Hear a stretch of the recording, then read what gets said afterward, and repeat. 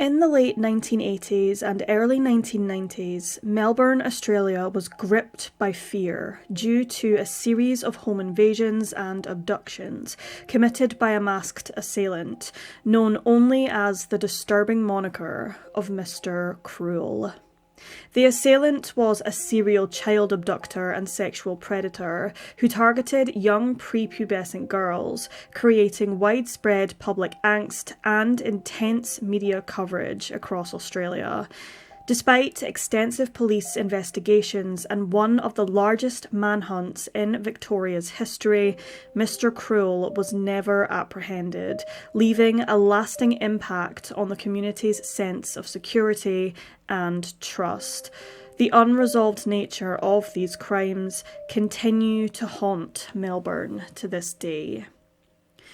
Mr. Cruel's reign of terror, inflicted upon the victims and terrified locals alike, began in the wee hours of the night at around 4 a.m. on Saturday, August 22nd, 1987. A family of 4 was sound asleep in their home in the northeastern Melbourne suburb of Lower Plenty when an intruder entered through a front lounge window by silently popping the window out of the pane and quietly breaking the glass. The man entered the property carrying a small black handgun, a 20cm kitchen knife with a black handle, at least 4 pairs of handcuffs, some red and white nylon cord, a small grey fabric bag resembling a child's library book bag, 3 rolls of adhesive electrical tape in red, green and blue, and a roll of elastoplast surgical tape. The assailant entered the parents' bedroom, forcing them onto their stomachs and restraining their hands and ankles with handcuffs, rendering them immobile. He warned, quote, "Be quiet and don't move, or I'll hurt someone."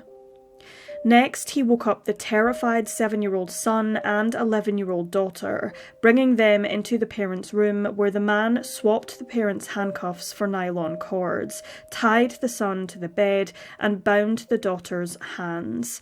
He then gagged everyone in the room with electrical tape and used the surgical tape to blindfold the children.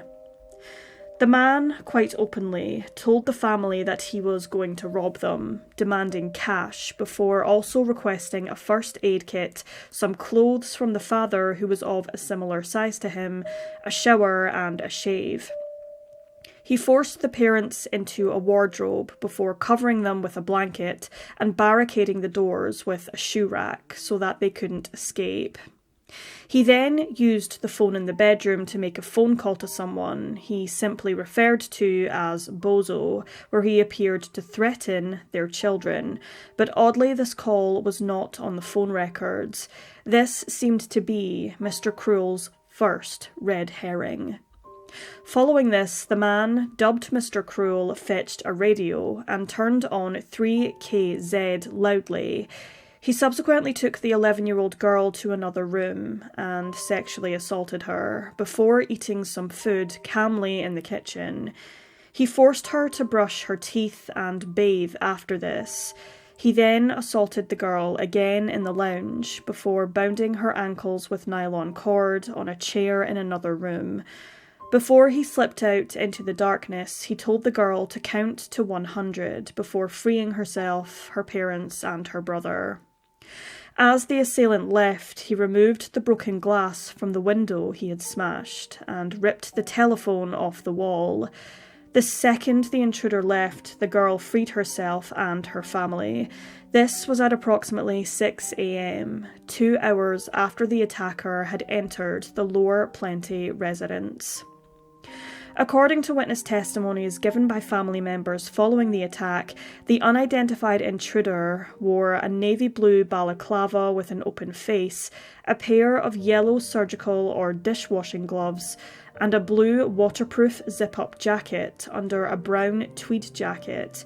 He wore a pair of tight-fitting blue jeans and a pair of blue sneakers that were in good condition. Greyish-brown, dandruffy hair stuck out from underneath his balaclava, and he was unshaven, with an oval face which was partially obscured by a covering over his eyes and grey, bushy eyebrows. Various sources estimated the man's height to be between 178 and 183 centimetres tall, with a slim to medium build. His voice was, quote, gruff, deep and nervous, and he sounded uneducated. Police managed to determine that Mr. Cruel had stolen a number of items from the Lower Plenty residence, including a men's red, black and yellow tartan shirt, a pair of Roger David trousers with an 82 to 85 centimetre waist, a navy blue Ecuadorian shirt company parka with faux black fur collar, which may have been extremely rare at the time, $250 in cash, an 18-karat gold engagement ring with a white diamond mounted in between 4 gold claws and the number 4132 stamped inside, a Gillette safety razor, a dark brown vinyl bag, and a rare box set of classical music records by the London Philharmonic Orchestra, branded Classic Gold. Police thoroughly investigated the scene and questioned the victims of the attack, and despite conducting door-to-door inquiries, unfortunately the perpetrator could not be found, leaving many across Melbourne's suburbs fearful of an impending attack in their own homes. 16 months after the horrific attack in Lower Plenty, the masked assailant struck again, this time in the suburb of Ringwood. On December 26, 1988, the Wills family returned home to their Hill Crescent Avenue property at around 10 p.m. after spending the day out together. They put their 4 daughters, Sharon, Annette, and twins Linda and Robin, to bed, with 10-year-old Sharon asleep in the top bunk. However, their father John didn't turn out the lights and go to bed himself until around 4:50 a.m. the next morning. Mr. Cruel, having presumably been prowling the area that night and kept a close eye on the residents, carefully gained entry through the back door using a key he had managed to procure from inside the lock at approximately 5:20 a.m. The man loudly entered John and Julie's bedroom and turned the lights on. This resulted in somewhat of a mass panic from the Wills family, with Julie yelling for her children to get out of the house, but not before Mr. Cruel pulled a gun towards her husband's head, threatening him. Similarly to the first attack in Lower Plenty, he demanded the parents got on their fronts and bound their feet with copper electrical wire before demanding money from them. He took approximately $35 from John's wallet before locating the telephone, where he cut the wires with a pair of pliers he found in the home. Sharon and her siblings heard the commotion from their bedroom, all frozen in fear by what they could hear coming from their parents' room. Sharon, who lay in her bed, saw the man exiting their parents' bedroom with a torch before he entered their room, referring to Sharon by name, before shining the torch in her face and asking her if she was awake. She pretended to sleep and he left, but shortly afterwards he came back and forced her out of bed. The man went through Sharon's clothes and took a number of items, including a pair of cream-coloured underwear, a cotton knee-length nightshirt, a pair of blue flip-flop shoes, a red tartan skirt with pleats around the waist, and a bond white vest top. He led her out of the house. He took John's brown and black checked lumberjacket to cover Sharon from view, before grabbing another shirt from the laundry basket to wrap up the clothes he had taken from the 10-year-old's bedroom. Many wondered how Mr. Cruel knew Sharon by name, though it was deemed likely by investigators that he had seen a newspaper article published in June of 1987 depicting the Wills family following a faulty electrical blanket fire. As the man reached the front porch, Sharon started screaming. He placed a red ball into her mouth to stop her, though removed it when she indicated she wouldn't do it again. The man told her that he wasn't going to hurt her, and he would take her back home the following morning once he got the ransom money he wanted. He blindfolded her and sat her on the floor of the passenger seat of a car. Despite being blindfolded, however, the morning sun was rising, and Sharon could make out certain objects within the vehicle now it was getting lighter. She managed to later describe the interior to investigators. She described it as cream-coloured throughout on the carpet, doors, armrests and press-down locks, with bucket seats, a low glove box compartment and the gear stick on a hump in the middle of the floor. At one stage during the drive, Mr. Cruel realised that Sharon could see through the blindfold and reinforced tape on it and threw a blanket over her. Shortly afterwards, they arrived at a property where the man took Sharon into a bedroom, placing her on a bed before using iPads to replace her blindfold. The radio was on once again, tuned to 3TT, and was loud. She remembered listening to the 7 a.m. news and, most notably, heard 2 planes flying low overhead, indicating the house was located underneath a particular flight path. She was taken to the bathroom to brush her teeth, floss and bathe before Mr. Cruel sexually assaulted her in the bedroom. Sharon later testified she believed the man had a fine, hairy chest and either a moustache or some stubble. Following the assault, the man gave Sharon some milk and food before tying her with a leash to the bed. He told her he was going out. During this time, Sharon temporarily removed her blindfold and acknowledged her surroundings, notably how the rooms of the house looked. She also noticed a wooden tripod and a camera at the end of the bed. When Mr. Cruel returned, he removed the leash and forced Sharon to bathe again before a second assault. She was tied to the bed once again following this for quite some time, before bathing once again, the man being meticulous in demanding she make sure to, quote, wash yourself real good. The man made her clean her teeth again and even clipped her fingernails. Given these specific demands and behaviours, it appeared that whoever Mr. Cruel was had at least some forensic knowledge, especially in regards to DNA and trace evidence at crime scenes. Mr. Cruel subsequently wrapped Sharon, who was dressed in the shirt taken from the laundry basket following her abduction, in black trash bags over her body and her face, leaving a small hole for her to breathe. They entered his car once again, which appeared to have trouble starting. The man claimed it was stolen. He reversed out of the driveway and drove for a prolonged period. According to a witness who was driving in the Bayswater area, they almost collided with a white Commodore Vacationer sedan with 3 blue stripes on the side at approximately 11:15 p.m. on the night following Sharon Wills' abduction, December 27th, 1988, turning from Jersey Road onto Mountain Highway. The witness claimed that the driver, whose lights were not on even though they were at a red light, was trying to avoid being seen by them following the near hit. The sedan vehicle turned right onto Church Street towards Bayswater High School. Mr. Cruel removed Sharon from the car, carrying her towards the school, where he removed the blindfold and told her not to look at him.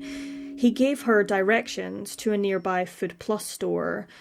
After Mr. Cruel had fled the scene, Sharon, still covered with the 2 trash bags, was found standing on the corner of Orchard and Armstrong Road by a passing motorist, just past midnight. Sharon told the woman what had happened to her, and she took the 10-year-old back to her residence after calling the police. The Wills family described the man who abducted their daughter as wearing dark blue full-length overalls, similar to those worn by painters and mechanics, along with gloves and a black balaclava, adorned with white and possibly red stitching around the eye and mouth openings. They estimated his height to be between 173 to 180 centimetres tall, describing his build also as thin to medium, and his age as mid-20s to 30s, though he may have been younger. According to the family, the man was well-spoken and didn't have a particularly unusual accent. The man carried a bag and a torch and was armed with a knife and a dark-coloured handgun. The handgun itself had a square grip and a squarish barrel with a silver end, quite likely a pistol of some description. Following news of Sharon's abduction, locals told authorities they had seen a man prowling about the neighbourhood in the weeks leading up to the crime. The witness told police that her two brothers were playing in a vacant lot behind the Wills residence about a month prior when the boys interrupted a man who was filming the Wills residence on a JVC video camera. The man, who was described as bald with a pot belly, aged somewhere between 30 and 35 years old, quickly fled the scene in a panic in his gold-coloured Ford vehicle. Whether the incidents are related or not remains unknown. Despite the Wills family being relieved to have Sharon home, whoever had assaulted her was still out there lurking in the darkness, likely to pounce on another victim in the coming weeks and months. Following his daughter's ordeal, John Wills spoke to the press and told them that despite the traumatic event, his daughter was a, quote, brave little trooper and appeared resilient.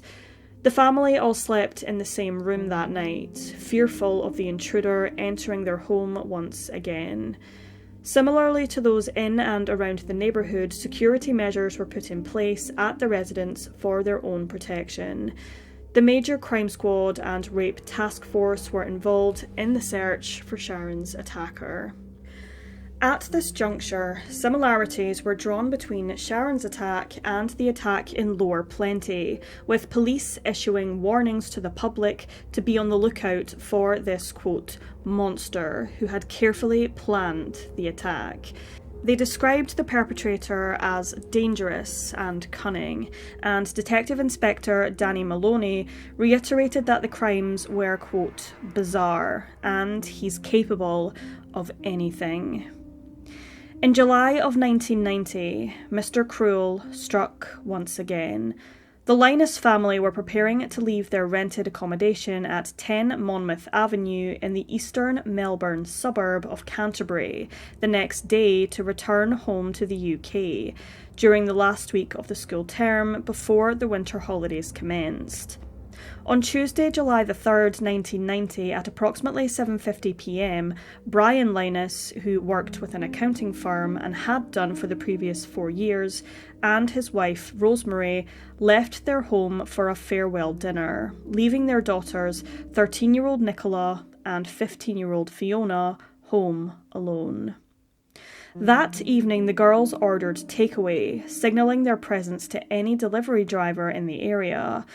The pizza arrived at 10:05 p.m, and the girls went to sleep at around 11 o'clock. Just 20 minutes later, a man wearing gloves and a dark green balaclava with cream stitching around the eyes and mouth forced open a window in the parents' vacant bedroom and enters Fiona's room, where both girls were fast asleep. The man approached Nicola and tapped her on the head with a carving knife, which jolted her awake.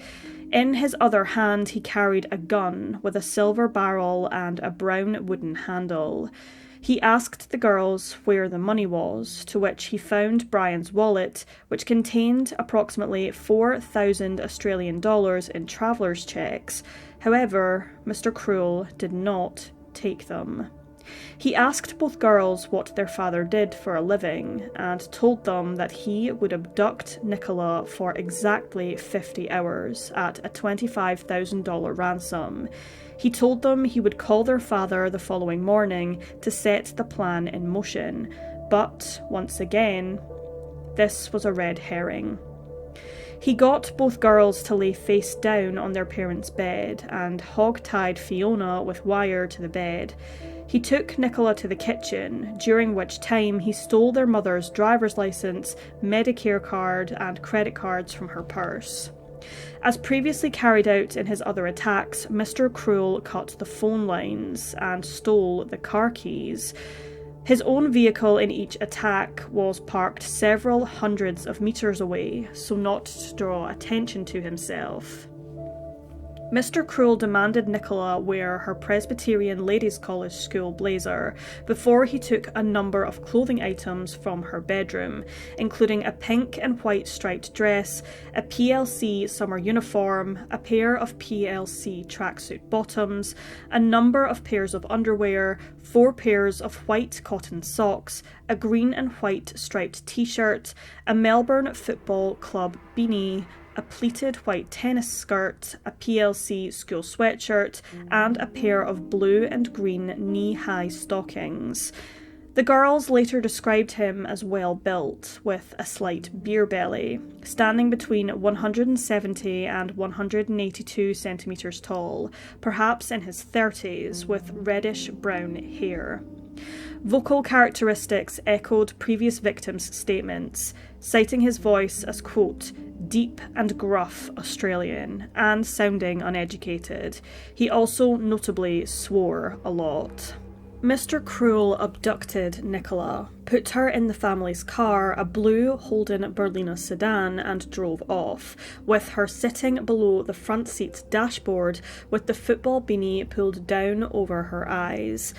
He later put tape over her eyes and a balaclava after driving away from the Lynas home. He only drove a couple of streets away, where he abandoned the vehicle on Chaucer Crescent before seemingly getting into his own vehicle, which bore similar descriptions given by Sharon Wills. Both girls cited the vehicle also sounding old. When the engine fired up, KZFM came on the radio. It's not entirely clear on this occasion how long Mr. Cruel drove for, as sources differ from 10 to 15 minutes to 45 minutes, and others citing he went round in circles, perhaps to disorientate his victims. He arrived back at his hideout at around midnight, where he parked his car on a driveway before leading a barefooted Nicola into the residence, up some steps into a kitchen and into a bedroom, where the radio once again was on. Similarly to previous victims, her blindfold was replaced by eye patches before she was escorted to the bathroom to brush and floss her teeth and take a shower. She was leashed to the bed before he turned the radio off and fell asleep next to her. Nicola lay awake all night and heard nothing for the duration, not road noise or even birdsong, but heard approximately 9 jets pass over the house early the next morning. In her words, quote, from right to left, then turn 90 degrees towards her toes and fade away. The investigation into Wednesday's flight operations pinpointed the probable area as being beneath Flight Path 2, which follows a route over Eltham and Coburg from the east before veering northward towards East Keeler towards Tullamarine Airport. The fact it was a Wednesday itself suggested to investigators that whoever Mr. Cruel was did not have regular or full-time employment at the time or was on vacation. Mr. Cruel awoke by 10 a.m. and molested Nicola in the following hours, getting her dressed into her school uniform to fulfill his, quote, schoolgirl fantasy. He told Nicola of his plans to dress her differently the following day, seemingly having meticulously planned the days of her imprisonment. He repeated the usual routine of teeth brushing, bathing, and sexual assaults, moving from one room to the next. Rather disturbingly, during one of his assaults on her, he referred to Nicola as Nikki, a nickname only her family and friends used. How did Mr. Cruel know this? Had he been prowling around the Lynas residence, similarly to what he had done before with the Wills family? Following more abuse, Mr. Cruel left the residence at 2 p.m, and upon his return at around 5 o'clock that evening, told her he was looking for a, quote, suitable place to release her. Again, his plan was to dress her in another set of clothes, tell her to wait 10 minutes before walking into a police station, and give her directions to do so. He appeared to speak to someone, a friend, but nobody responded. Another possible red herring, typical of Mr. Cruel. He was reading a Sun newspaper and seemed to enjoy seeing his crimes all over the headlines, with parallels being drawn between his crimes and other abductions. The Sun were the news outlet who even gave him his disturbing moniker of Mr. Cruel. He even watched Nicola's family at a press conference on the television and taunted her by saying, quote, "Think you're worth $25,000? Prior to leaving the house for the final time, Mr. Cruel made Nicola clean herself in the bathroom once again while standing over a white sheet. She showered, dressed, and had her iPads replaced with tape. Mr. Cruel told her what would happen once she was found. Quote, "You will be taken to a hospital and they will test you. You will be examined by a police surgeon. They'll be looking for evidence to link me to you, and they won't find anything." How did Mr. Cruel have knowledge of such specific procedures within the police force? Many speculated that he himself may have been in the police force, or had been employed in the forensics field, but this was purely speculation, with no solid evidence to support it. Nicola was wrapped in a sheet before entering the car once again, forced onto the floor by the passenger side seat, which again had troubles starting. Again, the man claimed the vehicle had been stolen by his friend.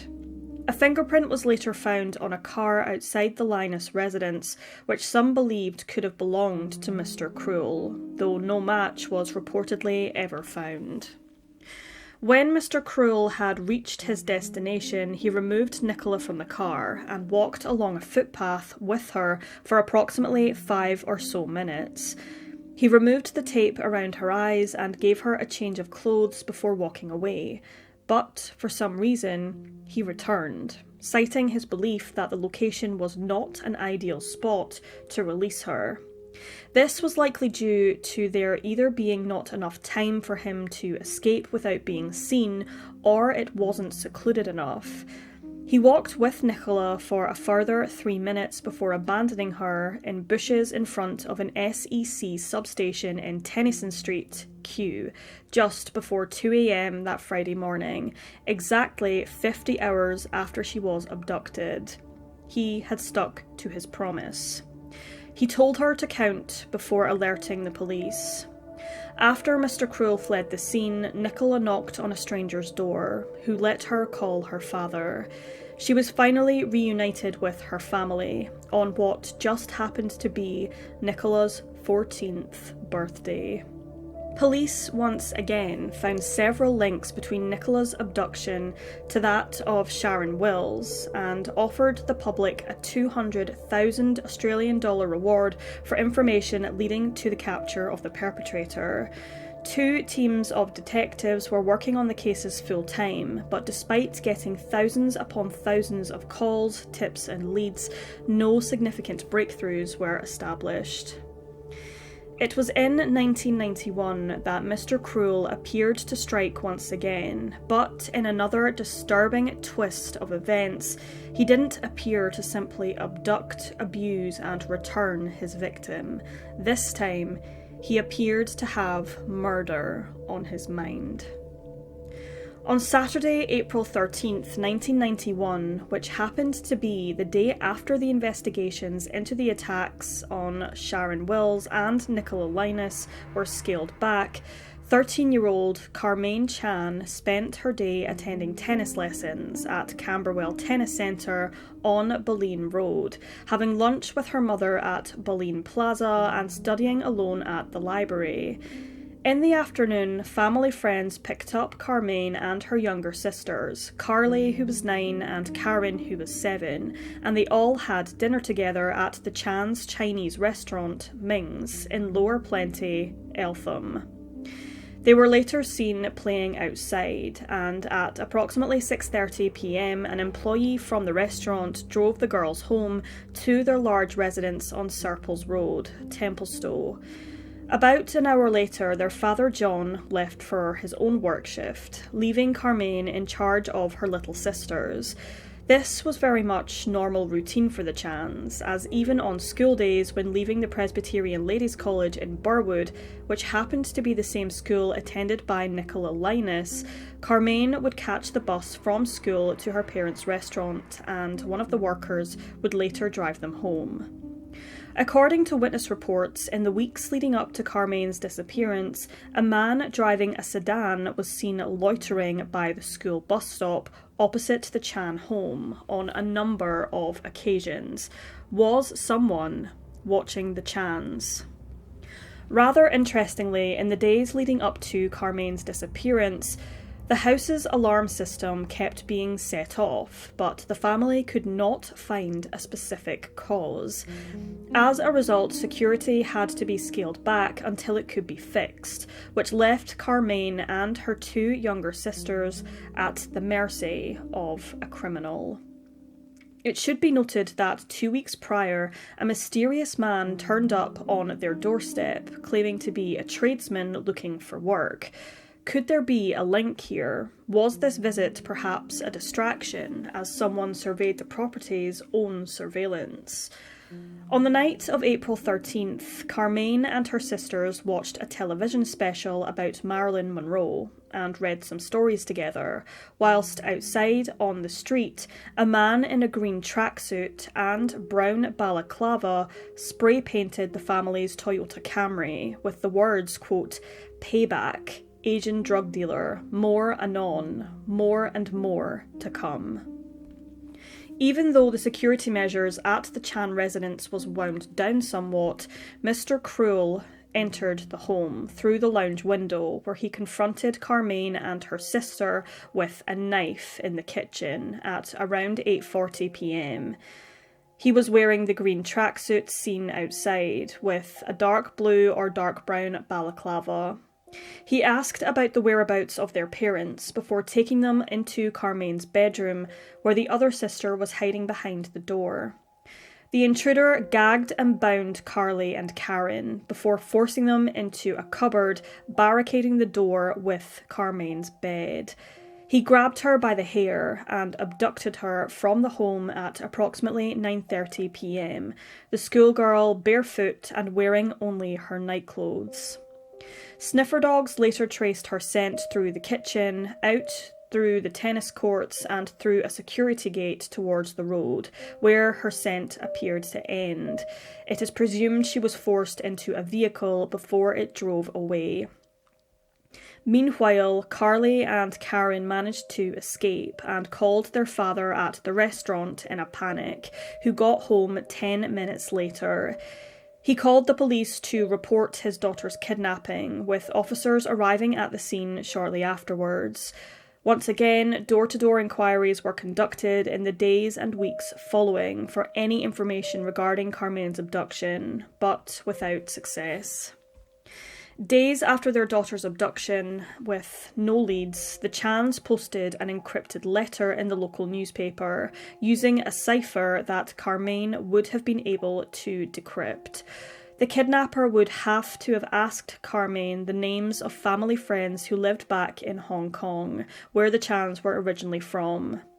John and Phyllis Chan offered a $300,000 ransom in exchange for the safe return of their daughter, but no contact was made by her abductor. At around 11 p.m. on the night Karmein was abducted, a passerby walking along Edgar's Creek in Reservoir reported hearing a gunshot. Upon looking up, the witness saw a man dressed in overalls and a spray jacket standing beside a utility vehicle, his back turned, holding a gun aloft. This area was known to be a clubhouse location for the Hells Angels. However, the property where the clubhouse was had been sold the day before the shooting. Extensive inquiries and efforts were made by Victoria Police to locate Karmein, but despite their valiant efforts, to no avail. Concerns grew as days passed without a word from the abductor, and the child did not return. Sadly, as time continued to pass, the Chans grew apart and eventually went their separate ways. They sold their home, and Phyllis even bought a German Shepherd dog for protection of herself and her children, as she never felt safe anywhere she went. What happened to her daughter traumatized the entire family for years to come. On April 9th, 1992, a year after Karmein was abducted, a human skull was discovered in landfill near Edgar's Creek, behind an electricity substation at the junction of Mahoney's Road and High Street. Forensic investigators confirmed that the decomposed remains and the skull had been there for at least 12 months, but more importantly, dental records confirmed it belonged to Karmein Chan, who had been shot at least 3 times in the back of the head. Another witness, residing in a house overlooking the landfill area where Karmein's remains were later found, later recalled seeing a man in a hooded waterproof raincoat digging beside a truck on a, quote, grey rainy day, though the exact date of the sighting could not be confirmed. Did this individual witness Mr. Cruel burying Karmein Chan's body? Many could not see any connection between Karmein's murder and Mr. Cruel, simply because she had been shot and killed, which was not a usual hallmark of a child predator, or in particular in this case, Mr. Cruel. The graffiti on John Chan's car was also new, and not typical of Mr. Cruel's MO.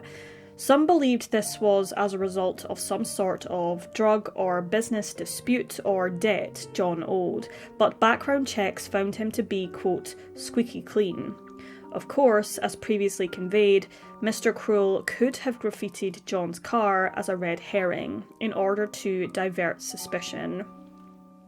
But many see similarities in Karmein's abduction, and through previous testimonies from other victims, Mr. Cruel did not hesitate to threaten victims with a knife or a firearm.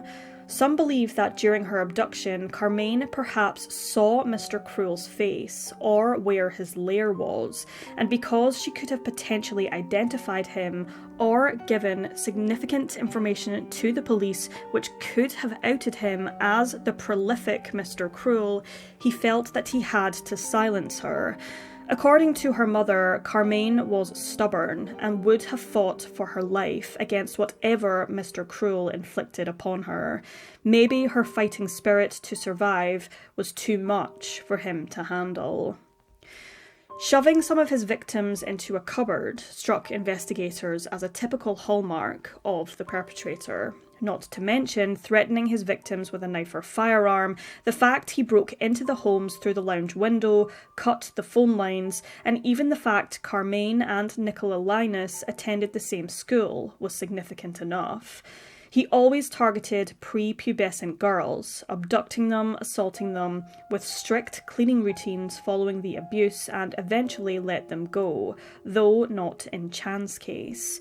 With the assistance from sniffer dogs, it was determined that, similarly to previous cases, Karmein was forced into a car approximately 300 metres away from her home, with Mr. Cruel often parking his own vehicle blocks away to avoid detection. It was difficult to ignore these striking similarities, mainly the concise and meticulous planning. put into each attack. The fact the attacks seemed to coincide with school holidays, and even the fact that Mr. Cruel appeared to observe the victims' families for a prolonged period of time prior to abducting them in order to learn their schedules and their habits. But even down to what some deem a minute and perhaps insignificant detail, the man used the same knots to tie wire around the victim's wrists and ankles. Of course, one of the main significant ties between each and every case given were the infamous balaclavas. All of the above indicates to investigators that, despite the fact Karmein was the victim of murder, they are dealing with the same perpetrator. The manhunt to unmask the man who killed Karmein Chan, known as Operation Spectrum, remains one of the largest scale operations in Victoria's history. Over 27,000 people were interviewed in regards to Chan's murder, and 30,000 homes were searched, but no clues were found to help aid in the investigation. The task force was shelved in 1994. However, a significant break appeared to surface when in 2022, reports claimed that an unidentified criminal had come forward 2 decades prior and had told Australian detectives that he knew the identity of Mr. Cruel. The man was named by a journalist as Norman Leung Lee, and according to reports, the layout of his house, which was on the Eltham flight path, matched those described by the victims. He was a notorious armed robber who frequented the Chan's restaurant. He was killed 3 months after Karmein Chan's body was found during an armed robbery at Melbourne Airport. He allegedly told the police informant that he was responsible for Karmein's death, and others also speculated he was Mr. Cruel. He had used the phrase, quote, "We'll blow your heads off," during the 1976 Great Bookie robbery, and the exact phrase again was used during the abduction of Nicola Lynas. Even Leung Lee's partner in crime buried a body in the same wasteland near Thomastown where Karmein was buried, which is an interesting coincidence. Other than this, unfortunately, authorities had nothing to go on and the trail went cold. The Apollo Task Force was established in 2010 in order to thoroughly investigate new intelligence, but unfortunately was disbanded due to lack of credible evidence. A number of details surfaced in regards to suspects in the Mr. Cruel case, but police have never been able to positively identify the perpetrator. In 2016, the Herald Sun newspaper published information in regards to a dossier file from the Spectrum Task Force, known as the Sierra Files, which contained details of the 7 suspects who have not been ruled out as Mr. Cruel. These files were created with the help of the FBI. One of the suspects in these dossier files was identified as Dr. Brian Allen Elkner, who was a university lecturer and convicted sex offender.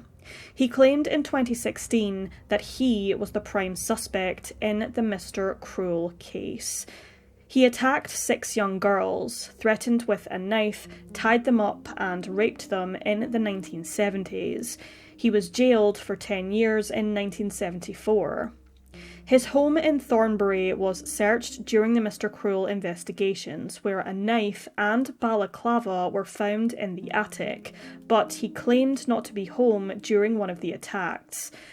Some strongly believe Elkner is Mr. Cruel. The other 6 suspects have not publicly been identified, though speculations have been thrown about as to their identities using the details published in the Herald Sun, which did not specifically name anyone. Every known lead has thus far been exhausted, with investigators seemingly no closer to identifying the perpetrator of these abhorrent crimes. For reasons unknown, it appeared that Mr. Cruel's crime spree came to a halt following the murder of Karmein Chan in 1991. Did he perhaps fulfill his ultimate fantasy of kidnap, assault, then murder? Or was it something else? Did he go to prison for another crime? Did he perhaps move away from the area? Or did he maybe take his own life or go under the radar after committing murder, a crime which he never truly prepared or planned for? His previous crimes suggested he didn't intend to necessarily kill anyone, but if Karmein Chan had seen something identifiable about him, he felt he had no choice but to eliminate her. Did he suffer psychological consequences following this? Did police manage to name him as one of the 7 suspects given in the Sierra files? Did he perhaps feel that the police were far too close for comfort? Was he even under some sort of surveillance which forced him underground? There are countless speculations and theories as to why Mr. Cruel appeared to just disappear into the abyss following Karmein's murder, but the reasons why remain just as elusive as his true identity. The FBI created the following profile of Mr. Cruel with key pointers which may help in identifying him. He was a highly intelligent individual with forensic knowledge, going to great lengths to avoid leaving behind any forensic evidence such as DNA, fingerprints, hairs, etc. for investigators to use to identify him or implicate him in his crimes.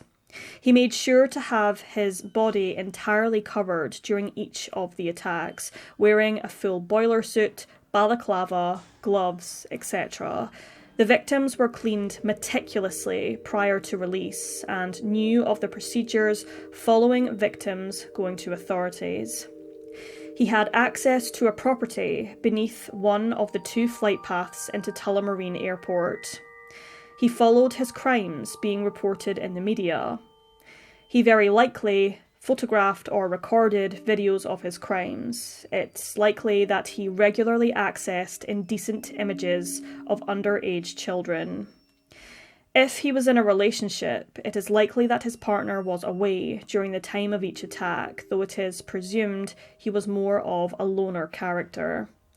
They may have been aware of his fantasies involving schoolgirls and may have had knowledge of his pornography use. He always threatened his victims' families with a knife or a firearm. He often left red herrings during each abduction to throw off the police. He was an avid radio listener, often listening to 3TT, KZFM and 3KZ. He often used the radio to mask the sounds of his attacks. It's unclear whether he had employment during the time of the attacks. He had a flexible day-to-day schedule, with attacks being carried out during random days of the week, indicating he had no commitment to employment on a regular basis. He also spent plenty of time prowling neighbourhoods leading up to the abductions, which supports the theory he was not in permanent employment at the time. He was Australian and spoke fluent English. He used slang terms such as bozo, use, missy and worrywart.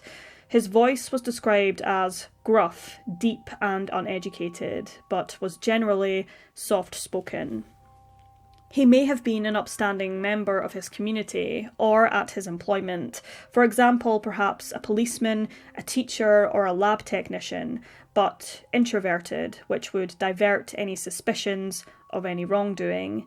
Though it should be noted that those who knew him may have noticed habitual or behavioural changes during the time in which the attacks occurred. He may have seemed distant or preoccupied during this time, perhaps missing work. He may have abused alcohol during this time, or may have sought religion.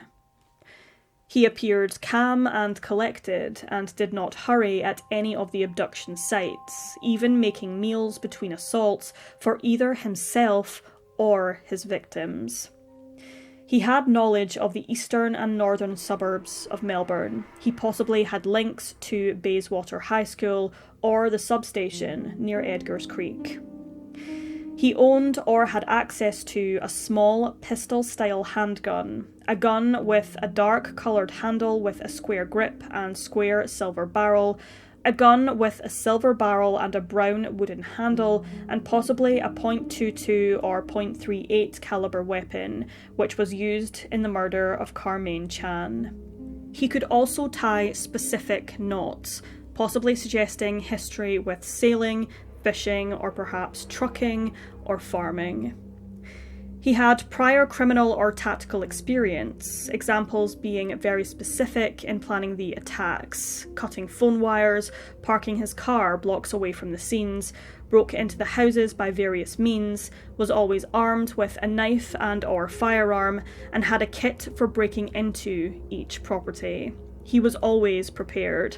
Police believed he was linked to around 10 sexual assaults in the years leading up to and following his known attacks. The perpetrator also took trophies from his victims or their homes, whether this be items or clothing.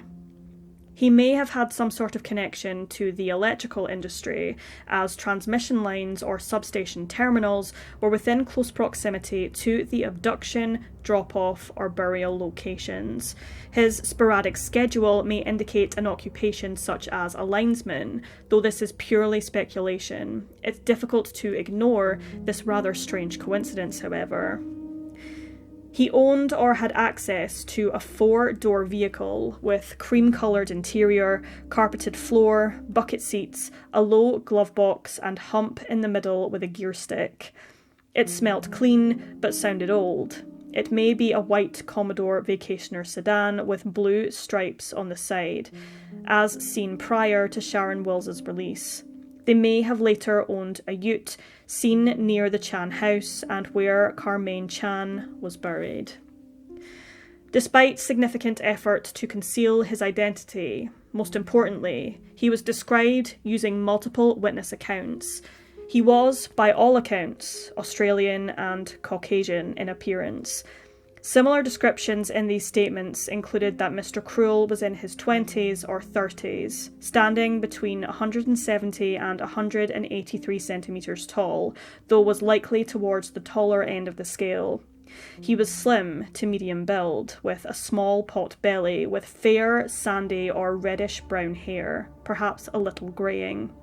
He had a moustache or stubble and thin hair on his chest.